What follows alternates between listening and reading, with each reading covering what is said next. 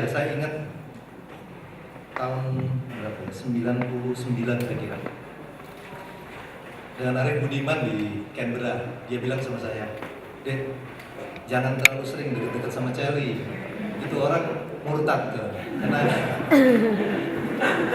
Karena Arif sebetulnya punya harapan yang besar terhadap Celi, bahwa ini adalah calon sosialis yang akan genuine, yang akan bisa membawa ide-ide ini ke depan. Tetapi Celi kemudian terpengaruh oleh Bill Liddell menurut Arif, sehingga kemudian merubah haluannya dan kemudian menjadi seorang liberal.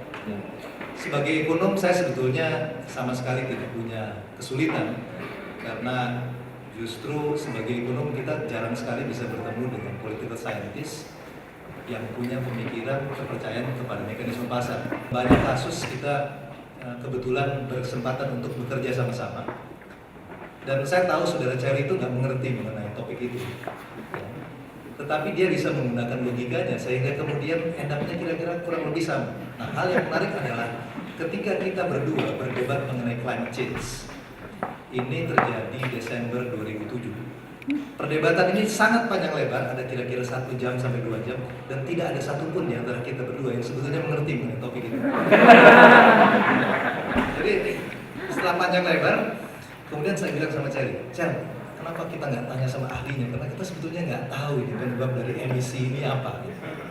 Ya, tetapi Anda bayangkan seorang political scientist bicara mengenai sesuatu yang menurut saya ini kalau bagian sekolah ini bagian IPA ya.